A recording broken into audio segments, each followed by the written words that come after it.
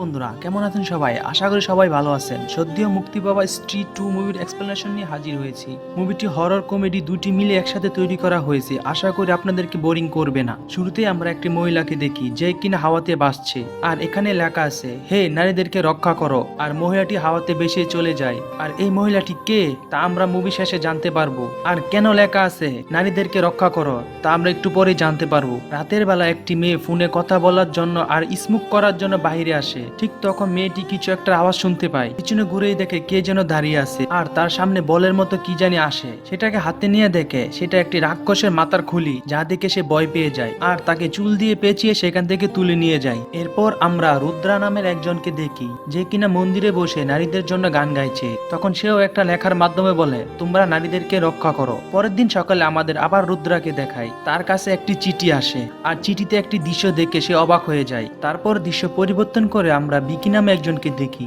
যে কিনা সবসময় স্বপ্ন দেখে। তখন সে স্বপ্নের মাধ্যমে এক মেয়েকে দেখে। শুধু বিকি সে একাই দেখে ওই মেয়েকে, আর কেউ দেখে না। আর পুরা মুভিতে তার নাম জানা যায়নি, তার নাম সিক্রেট থাকে। মুভিতে আমরা তাকে চিনার জন্য একটা নাম দেই প্রিয়া। বিকি প্রিয়াকে দেখে বলে সত্যি তুমি নাকি আমি স্বপ্ন দেখছি? বিকি প্রিয়াকে বলে তুমি এত দেরি করে আসলে কেন, আরো আগে আসতে পারলে না? প্রিয়া বলে কখনো কখনো দেরিতে আসা অনেক ভালো। যখন বিকি প্রিয়াকে হাত দিয়ে ধরে তখন তাকে চর মারে, আর চর মারার পরেই দেখে এটা আসলে প্রিয়া না, এটা রুদ্রা। রুদ্রা বলে আমাকে দেখিস নাই? কাকে দেখে আমার শরীর এমন করছিলি? তখন রুদ্রা বিকিকে চিঠির ব্যাপারে বলে, আর চিঠির মাঝে নতুন লেখা দেখে অবাক হয়। আর সেখানে লেখা আছে সে আসবে। তারা দুজন চিন্তা করে কে আসবে, কখন আসবে, কেই বা আসবে। আর পরে আমরা আরেকজনকে দেখি যার নাম বিট্টু, আর এ হচ্ছে বিট্টুর গার্লফ্রেন্ড, তার নাম চিট্টি। বিট্টু সে রাতের বেলা চিট্টিকে তার বাসায় ঘুম পাড়ানোর জন্য যায়। চিট্টি ঘুমাবে আর সে তাকে গান শোনাবে। চিট্টি ঘুমালে তখন বিট্টু নিচে চলে আসে। তখন বিট্টু আর বিকি দুজন কি যেন দেখে কিন্তু বুঝে উঠতে পারে না। তখন হঠাৎ চিট্টির ঘরে দরজা শব্দে তার ঘুম ভেঙে যায়, যার ফলে সে ভয়ে রুমে কিছু একটা খুঁজতে থাকে আর দেখে রুমে কিছু আছে কিনা। তখন হঠাৎ চিট্টি একটি মাথার খুলিকে দেখে, আর ভয়ে সে ওয়াশরুমে এসে চিল্লাতে থাকে। চিল্লানোর শব্দ বিট্টু আর বিকি শুনে তারা চিট্টির রুমে আসে। এসে দেখে কে যেন দেয়াল ভেঙে চিট্টিকে নিয়ে চলে গেছে। রাস্তায় তখন রুদ্রা একটি বড় পায়ের ছাপ দেখে, যা দেখে সবাই অবাক হয়। ঠিক তখন রাস্তার পাশে থাকা এক ভিখারি বলে তাকে আমি দেখেছি, তাকে এই দিকে এই জঙ্গলে নিয়ে যায়। তখন বিকি রাস্তায় কি যেন দেখে। বিকি তার পিছু করতে করতে একটা বড় রাজমহলের সামনে আসে, তাকে এই রাজমহলের ভিতরে নিয়ে যায়। বিকি সে বয়ে বলতেছে চিট্টি আমি বিকি, আমরা না বন্ধু, বেরিয়ে আসো, আমি তোমার জন্য এখানে এসেছি। তখন বিকি সেখানে আবার প্রিয়াকে দেখে। সে মনে করে সে আবার স্বপ্ন দেখতেছে। এজন্য বিকি প্রিয়াকে বলতেছে আমার গালে একটা চর দাও, তাছাড়া আমি বিশ্বাস করতে পারবো না। তখন প্রিয়া তাকে ঠাস করে চর মারে। এইবার সে সত্যি বিশ্বাস করে যে এটা আসলে প্রিয়া। প্রিয়া বিকিকে বলে আমি জানি ওই মেয়েকে মানে চিট্টিকে কে নিয়ে গেছে। শুধু চিট্টি না, আরো অনেক মেয়েকে নিয়ে গেছে, সেটা আমি জানি। বিকি জানতে চাই কে নিয়ে গেছে। প্রিয়া বলে সে নিয়ে গেছে যে স্পর্শিয়াকে মেরে স্ত্রী বানিয়েছে। অপরদিকে রুদ্রা আর বিট্টু চিন্তা করে চিট্টিও গায়ে বিকিও গায়ে, এই নিয়ে তারা অনেক কান্না করতেছে। তখন বিকি সেখানে হাজির হয়। বিকি এসে বলে চিট্টি এখানে আছে। বিট্টু বলে এখানে আছে কোথায়? রুদ্রা সে একটা বই বাহির করে পড়তে শুরু করে। বইয়ে লেখা আছে চন্দ্রবান শহরে চন্দ্রবান ও তার সঙ্গীরা সেখানে গানিকাকে বিয়ে করার চেষ্টা করেছিল,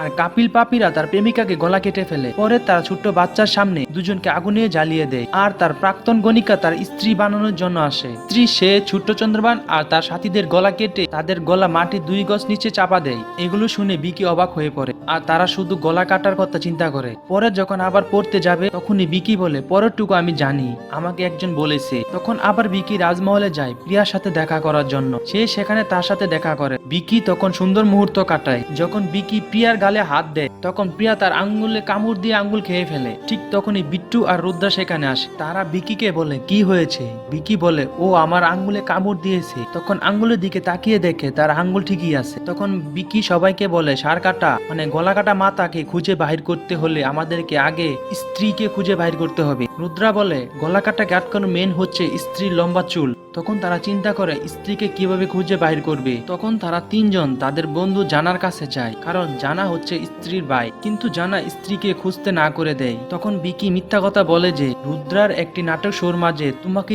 স্ত্রী ভাই হিসাবে অভিনয় করতে হবে। অভিনয়ের কথা শুনে জানা রাজি হয়ে যায়। তখন হঠাৎ ভিকি আর বিট্টু কিসের একটা আওয়াজ শুনে তা খুঁজতে থাকে, কারণ তারা দুজন মনে করেছিল হয়তো কোনো মেয়ে হবে। যখন তারা তা খোঁজার জন্য যায় তখন দেখে এটা আর কেউ না, এটা একটা শিয়াল। আর শিয়াল সেখান থেকে চলে যায়। আর এই শিয়াল হচ্ছে একটা মানুষ, যা আমরা মুভির শেষে দেখতে পারবো। পরে তারা তিনজন মিলে চান্দ্রি নামে এক শহরে আসে। আর চান্দ্রিতে জানার গ্রামের বাড়ি, সেখানে তারা অনেক মজা মাস্তি করে। পরে রাতের বেলা তারা তিনজন মিলে রুদ্রার সাথে দেখা করে। জানা রুদ্রাকে বলে, তোমার নাটকের বিশেষ ভূমিকা পালন করব আমি। রুদ্রা জানার মুখে এসব কথা শুনে হতভম্ব হয় আর বলে, কোন নাটক, কিসের নাটক? তখন বিকি তাকে সমস্ত ঘটনা খুলে বলে, তোকে তো নাটকের কাজের জন্য এখানে আনি নাই, দেখ ভয় পাইস না, তোকে সব খুলে বলি। এক বড় গলাকাটা রাক্ষস বিট্টুর গার্লফ্রেন্ডকে তুলে নিয়ে যায়। এখন এই গলাকাটাকে মারার একমাত্র অস্ত্র হচ্ছে স্ত্রী। প্রথমে আমাদেরকে স্ত্রীকে খুঁজে বাইর করতে হবে, এই জন্য তোকে নিয়ে আসছি, কারণ তুই তো স্ত্রীর ভাই। এরপর তারা চারজন মিলে ওই রাজমহলে যায় স্ত্রীকে খুঁজে বাহির করার জন্য। যখন তারা চারজন রাজমহলের ভিতরে যায় তখন জানা বলে, স্ত্রী এভাবে সবার সামনে আসবে না, একলা থাকলে আসবে। তখন তারা তিনজন জানাকে রেখে তিনজন দুই দিকে দৌড় দেয়। তখন তারা চারজন কিছু একটা দেখে সেখান থেকে পালিয়ে আসে। তারা আসার পথে সেই গলাকাটা মাথা মানে রাক্ষস তাদের পিছু করতে থাকে, পিছু করে জানাকে ধরে ফেলে। জানা সে গলাকাটা মাথাকে আগুন ধরিয়ে দেয়। পরে তারা চারজন তাড়াতাড়ি এসে হাতির নিচে লুকিয়ে পড়ে, সেখানেও সেই গলাকাটা আসে। যখন বিকিকে মারতে যাবে ঠিক তখনই প্রিয়া এসে তাকে বাঁচায়। মূলত প্রিয়া শক্তি প্রিয়া চুলের মাঝে, আর সেখানে থাকা তাদের স্ত্রী মায়ের মূর্তি ভেঙে ফেলে সেই গলাকাটা ভূত এসে। পরের দিন সকালে তারা সবাই মিলে প্রিয়াকে ধন্যবাদ জানায় রাতে তাদের বাঁচানোর জন্য। তখন প্রিয়া বলে, এই চুলের শক্তি একমাত্র কারণ হচ্ছে এটা স্ত্রীর চুল। তখন তারা বলে, তুমি এতদিন কোথায় ছিলে, অনেকদিন তোমার কোনো খোঁজ খবর নেই। তখন প্রিয়া বলে, আমি মূলত কালো জাদু শিখার জন্য গিয়েছিলাম। বিকি তখন প্রিয়াকে প্রেমের প্রস্তাব দেয়। প্রিয়া বলে, বিকি এখন এগুলো গলার সময় না, এখন আমাদের গলা কাটা মাতাকে মারতে হবে। রুদ্রা বলে, আমরা তাকে কিভাবে মারবো, আমরা তো আর কালো জাদু জানি না, কালো জাদু তুমি জানো, তুমি তাকে মারতে পারবে। তখন প্রিয়া বলে, কালকে দেখো না সে আমাকে তুলে ফালিয়ে দিয়েছে,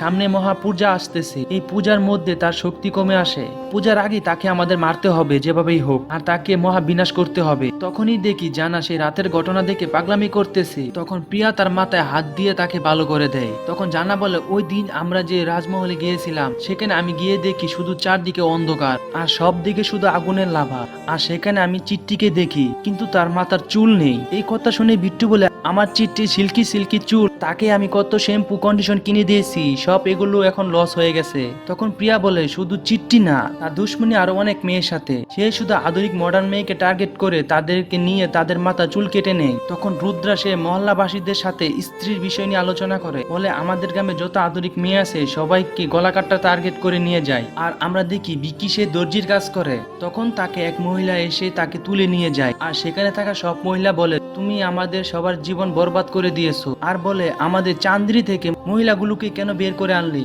এখন তুমি তার সাথে লড়াই করে আমাদের সবাইকে বাঁচাতে হবে। বিকি বলে, পাগল তোমরা জানো সে কত বড়? বিকি বলে যে অমিতাভ বচ্চনের উপর যদি আমির খানকে দাঁড় করা তাহলে মনে হয় তার কোমর পর্যন্ত আসবে। এরপর তারা পাঁচজন মিলে প্ল্যান করে কিভাবে গলাকাটা মন্ডুর সাথে লড়াই করবে। তখন প্রিয়া বিকিকে বলে, বিকি তার সাথে তোমাকে লড়াই করতে হবে, কারণ যার চোখে ভালোবাসার ছাপ দেখা যায় শুধু সেই পারবে। তখন সবাই তাকে অনুপ্রেরণা দিতেছে। তখন প্রিয়া তাকে একটি অস্ত্র দেয় আর বলে, তুমি এই অস্ত্রের আঘাতে গলাকাটার মাথা এক কুপে দুই ভাগ করে ফেলবে। রাতের বেলা তারা চারজন মিলে এক গানের আসরে আসে এক মেয়ের সাথে দেখা করার জন্য, আর এই মেয়ের নাম হচ্ছে শ্যামা। তখন সেই ভাইরাল গানটি দেয়। গানের মাঝে তখন ওই গলাকাটা ভূত আসে। তখন বিকি সাহস করে এগিয়ে যায় আর বলে, তোমার মাথা কোথায়, আর মাথা ছাড়া তুমি দেখো কিভাবে? তখন হঠাৎ করে মাথা এসে বিকির সামনে চিৎকার করে ফালিয়ে দেয়, আর সেখানে থাকা সবাইকে অবশ করে ফেলে, শুধু শ্যামাকে বাদে। সেই গলাকাটা রাক্ষস তাদের মাঝে থেকে শ্যামাকে উঠিয়ে নিয়ে যায়। পরের দিন সকালে মহল্লা সবাই মিলে মিছিল দেয়। তখন বিকি আর জানা তারা দুজন মিলে বিট্টুকে তাদের মাঝে দেখে, আর তারা তাদের চোখ দিকে ভয় পেয়ে যায় আর বলে, তোর চোখ এমন কেন? রাতের বেলা যখন বিকি একা একা চিন্তা করে তখন সেখানে প্রিয়া আসে।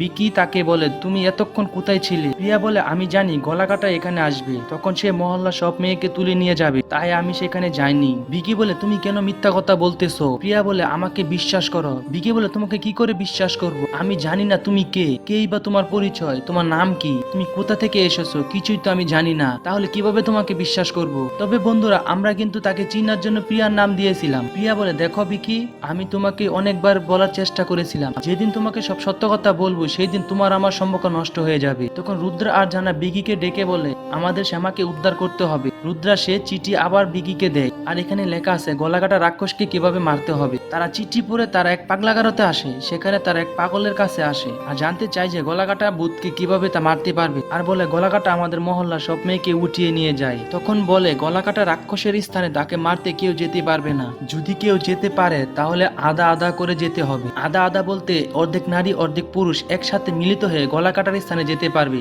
এছাড়া যেতে পারবে না। যদি তাকে মারতে না পারো তাহলে কোন এক মহিলাকে বলি দিতে হবে। এরপর তারা সবাই মিলে চিন্তা করে গলাকাটা রাক্ষসের কাছে কিভাবে যাওয়া যায়। প্রিয়া বলে গলাকাটা রাক্ষসের কাছে কেউ যেতে পারবে না, যদি কেউ যেতে পারে তাহলে নারী পুরুষ একসাথে মিলিত হয়ে যেতে হবে। তখন আমরা দেখি বিকি সে শিখতেছে কিভাবে এক আঘাতে গলাকাটার মুন্ডু কিভাবে আলাদা করতে পারে।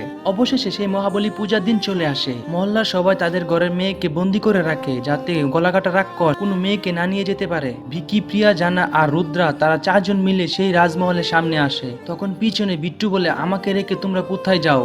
তখন তারা বিট্টুকে হাত মুখ বেঁধে সাথে করে নিয়ে যায় যাতে করে চিল্লাতে না পারে। তখন বিকি আর প্রিয়া এক হয়ে তারা দেওয়াল পার হয়ে যায় আর তারা সেখানে আগুনে লাভা দেখতে পায়। তারা লাভার নদীর ওই পারে কিছু মেয়েকে দেখতে পায়। বিকি তাদেরকে বাঁচানোর জন্য মেয়েদের দিকে যায়। বিকি সেখানে শ্যামা, চিট্টি আর অনেককে দেখতে পায়। এদিকে জানা সে ধ্যানের মধ্যে রুদ্রাকে আর বিট্টুকে সব বলতেছে। বিকি দেওয়ালের ওই পাশে যা যা করতেছে। বিকি যখন চিট্টির সাথে কথা বলার চেষ্টা করে তখন এইদিকে গলাকাটা মাথা এসে প্রিয়াকে মারার চেষ্টা করতেছে।